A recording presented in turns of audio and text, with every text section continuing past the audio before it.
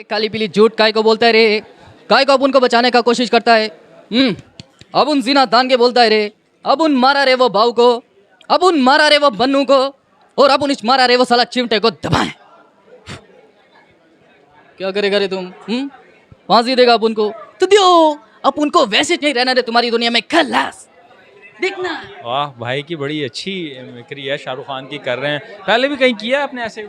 School में करता था। स्कूल से सीखा या कहीं से सीखा आपने? ये जब मैं था तकरीबन 4 साल का, तो मेरे जो रिश्तेदार वगैरह कहते हैं आप ना ब्लू कलर की शर्ट पहन लेते थे, ब्लैक कलर की पैंट, और गली में सारा दिन तू मेरे सामने डर फिल्म का गाना गाया करता था।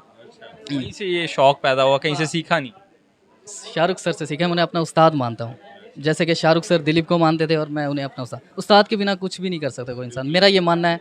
तो मैं यंग जनरेशन को एक मैसेज देना चाहूँगा, when ever you do something do it in such a way that the work is proud you have done it.